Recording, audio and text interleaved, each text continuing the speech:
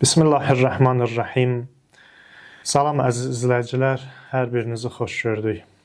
Qəlbin halları mövzusunda növbəti söhbətimizi edirik.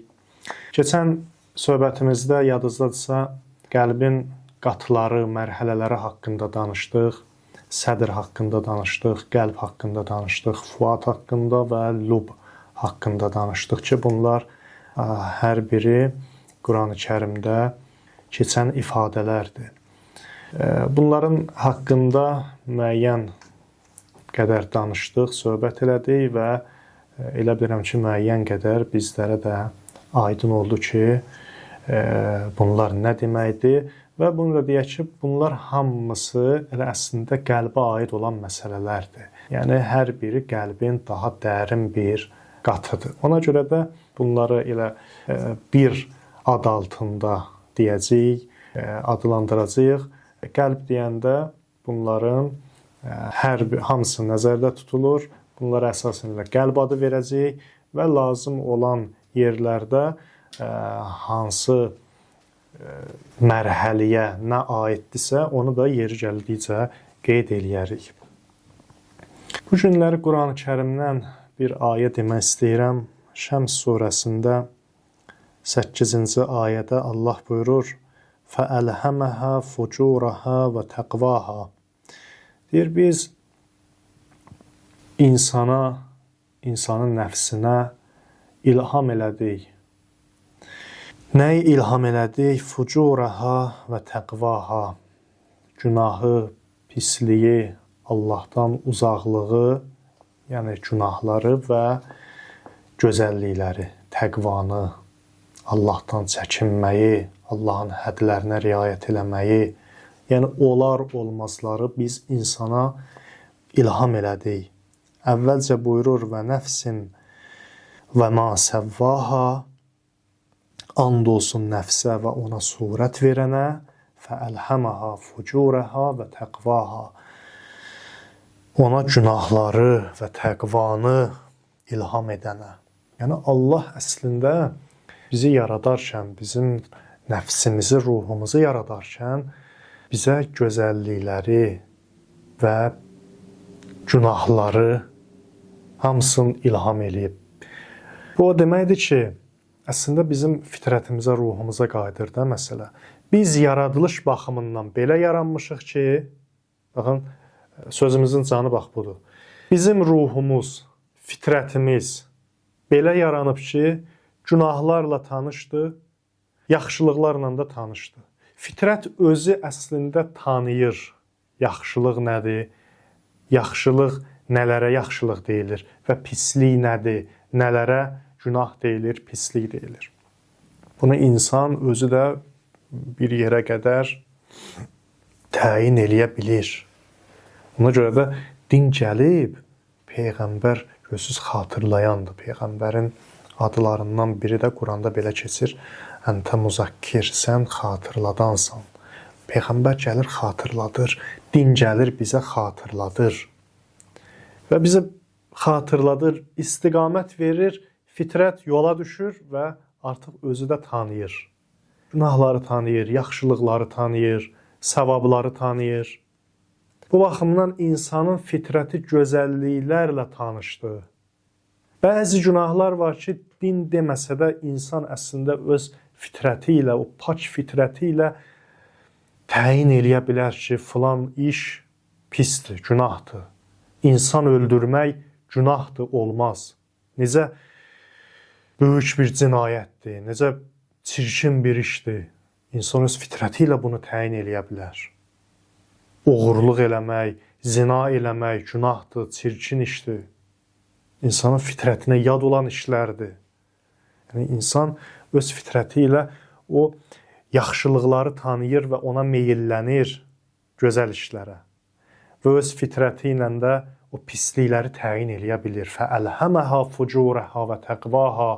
İnsanın nəfsinə ilham elədik. Fucurəhə, günahları və təqvanı, yaxşılıqları, Allahın o hədlərinə riayət eləməyi. Ona görə Freud'də var, əmr bil məruf və nəhy anil münkər, insanları yaxşılığa dəvət eləmək, pisliklərdən çəkindirmək. Görürsüz, yaxşılıqlar məruf sözü ilə işlənir. Məruf odur ki, bilinən deməkdir. Ərəfə, yərifu, məruf, bilinən bir şeyə məruf deyərlər. Tanınan bir şeyə. Deyir, əmr bil məruf, insanları yaxşılığa dəvət elə. Mərufa dəvət elə. Həmin o tanınana, bilinənə dəvət elə. Yəni, insanın fitrəti, ruhu yaxşılıqlarla tanışdır. O tanış olduğu şeylərə dəvət elə. Və nəhyə ənil münkər. Münkər inkar olunana deyərlər. Və inkar olunandan çəkindir. O ki, insanın fitrəti, ruhu onu inkar eləyir. Günahları, pis işləri inkar eləyir. Münkərdir. İnkar olunandır. Ondan da insanları çəkindir.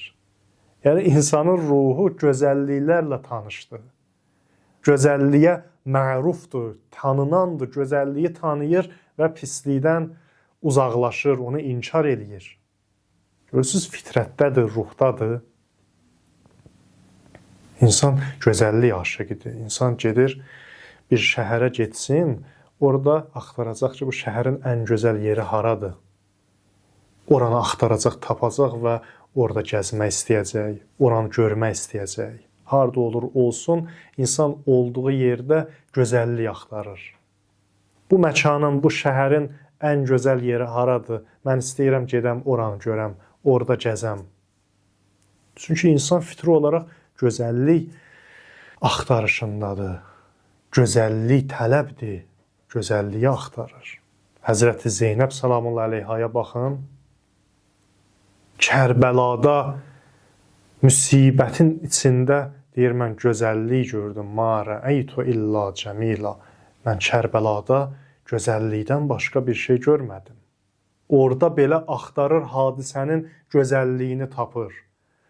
İmam Hüseynlə, bəndə ilə Allah arasında olan o münasibəti görür. Məşuqun aşiq yolunda hər şeyindən keçdiyini görür, canından keçdiyini görür və həqiqətən də deyir, bu nə gözəl səhnədir. Nə gözəl səhnədir. Şəhidlərin İmam Hüseyn əleyhissalama olan vəfasını görür, bağlılığını, məhəbbətini görür və imam yolunda canlarından keçdiklərini görür. Deyir, bu gözəllikdir. İmam Hüseyn əleyhissalamın Allahdan razılığını, Allahın İmam Hüseyn ağadan razılığını görür və deyir, bu gözəllikdir. Kərbəla gözəllikdən ibarətdir. Gözəllikdən ibarətdir. Fəəlhəməhə fucurəhə və təqvaha. Biz insana ilham elədik təqvanı, gözəlliyi və günahı, çirkinliyi. İnsan tanıyır. İnsan qəlbi vasitəsilə tanıyır, ruhu vasitəsilə tanıyır. Qəlbimizdən müğayət olaq, qəlbimizi qoruyub saxlayaq, göz bəbəyimiz kimi qorumalıyıq qəlbimizin halını. Qəlbimizin halı mühüm məsələdir. Baxışlarımıza təsir göstərir. Bu hadisəyə sən necə baxırsan, qəlbinin halından asılıdır. Qəlbin halı necədirsə, hadisəyə o cür baxacaqsan. Qəlbimizin halıdır hadisələrə qiymət verən, hadisələri dəyərləndirən.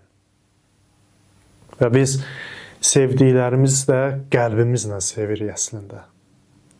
Ağılla sevmirik. Baxın, bir alimin gözəl sözü var. Deyir ki, dil ağılın tərcümətçisidir. Ağıl düşünür, nəticəyə gəlir və dil onu səsləndirir. Dil ağıla bağlıdır. Ağılın tərcümətçisidir. Amma gözlər, baxışlar qəlbin tərcümətçisidir. Eşqin tərcümətçisidir. Ona görə də görürsən, İmam Hüseyn əleyhissalamı sevirsən, ağılla da qəbul edibsən, bu sevilməli bir şəxsdir. Bunu ağılda təsdiq eləyir. Amma təkcə ağılla kifayətlənmirsən. Bu sənin bütün vücudunda özünü göstərir. Gözlərin eşqi, həmin o qəlbin halını tərcümə eləyir. Görürsən ki, İmam Hüseyn ağanın müsibətinə ağlayırsan, gözündən yaş axır. Göz göz yaşları qəlbin tərcümətçisidir. Qəlbdə nə varsa onu üzə çıxarır. Onu zahirə çıxarır. Ona görə də İmam Hüseynə ağlayanlar ağılsız deyil. Bəziləri ki, Məhərrəm ayı gələndə, Aşura gələndə başlayırlar bu məktəbin üzərinə düşməyə, bu məclislərin üzərinə düşməyə, İmam Hüseynin üstünə düşməyə başlayırlar. Bu ağılsızlıq deyil, bu geridə qalmaqlıq deyil. Bu təbii insanın halıdır. Əgər sən insansansa, sən təkcə quru ağıldan, rasional tərəfdən ibarət deyilsən. İnsanın emosional tərəfləri də var, qəlb tərəfləri var. İnsan eşqdən ibarətdir. O eşq insanın bütün varlığında özünü göstərir, ruhunda, cismində özünü göstərir. Ona görə də sevirsən, məhəbbətin var, ona cisməndə sən reaksiya verirsən. Gözlərin qəlbinin halını üzə çıxarır. Onu olan zülümlərə ağlayırsan, göz yaşı tökürsən. İmam Hüseyn ağa xoşbəxt bəndədir, üstün bəndədir. Nicat tapanlar onun vasitəsilə nicat tapırlar. Amma İmam Hüseyn əleyhissalamın bir məzlumiyyət tərəfi də var. Belə bir şəxsi amansızcasına qətlə yetirdilər. Su vermədən başını bədənindən ayırdılar. Və burada təkcə ağıl işə yaramır. Ağıl qəbul eləyir, amma insan qəlb daşıyıcısıdır. İnsanın bir qəlbi də var. O qəlb riqqətə gələndə insanın zahirində təsir qoyur. İnsanın gözləri yaşarır. Gözlər də eşqin, qəlbin tərcümətçisidir. Necə ki, dil ağlın tərcümətçisidir. Ona görə münasibətlər, baxışlar qəlbin halından asılıdır. Sən baxışını dəyiş,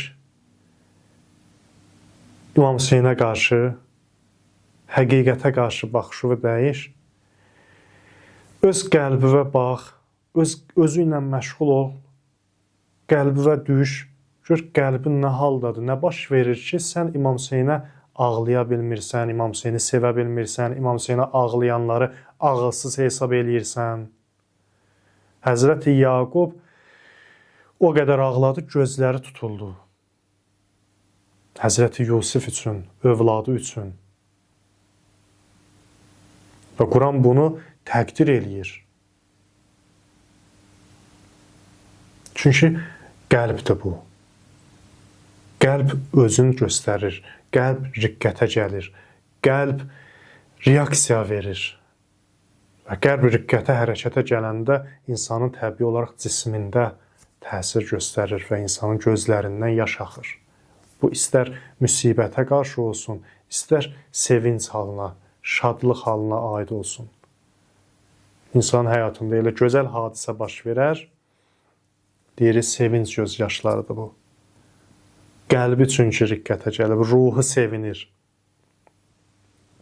Və müəyyən narahatlıqlar, qəmlər də yada düşür, o sevincə qatılır və insanın gözündən yaş axır. Qəlbin halıdır, ruh halıdır, bu ruh halı. İnsanın mənəvi tərəfidir. İnsan quru cisimdən, ağıldan ibarət deyil təkcə. Və bu eşqin elə özü də ağıl üzərində qurulub. Ağılla eşq bir-birinə qatışıb burada. Biz İmam Hüseynə ağlayanda, bir şeyə sevinəndə biz ağlımızı kənara qoymuruq ki. Biz ağılsız olub bir şeyə sevinib şadlanmırıq ki. Eşqlə ağıl əl-ələ verir, bir şeyə reaksiya verir. Və belə olanda insanın gözündən də yaş axar. Bu təbii bir şeydir. Belə olmursa fi qulubihim məradun. Onların qəlblərində xəstəliyi var. Sən qəlbivə bax, gör nə xəstəliyi var ki, ümumiyyətlə səndə belə bir reaksiya yoxdur. Sən qəlbin belə riqqətə gələ bilmir. Ona görə də qəlbin halından asılıdır. İnsan qəlbin pak saxlamalıdır, təmiz saxlamalıdır ki, hadisələrə düzgün qiymət verə bilsin, baxışları düzəlsin, münasibətləri bu baxışlara əsasında tənzimlənə bilsin. İnsanın qəlbi var, insanı insan eləyən elə qəlbidir, qəlbinin hallarıdır və insanın göz bəbəyi kimi qoruyub saxlamalı olduğu ən vacib hissə həmin o qəlbdir. Qəlb adlı mexanizmdir. İnsanın həqiqətini təşkil edən qəlbidir, ruhudur. Necə ki, Quran-ı Kərimə biz baxanda Həzrət Musa əleyhissalamın anası barəsində olan ayə var. Qəsəs surəsində 10-cu ayədə Allah buyurur: "Və əsbəhə fuadu ummi Musa fariğən in kədət lətubdi bihi ləvla ərrəbətnə ilə qəlbihə lətəkunə minəl müminin." Buyurur, Musanın anasının ürəyi boş qalmışdı. Övlad dərdindən başqa heç bir şey haqqında düşünmürdü. Çünki Həzrət Musanın təzə dünyaya gəlib canı təhlükədədir.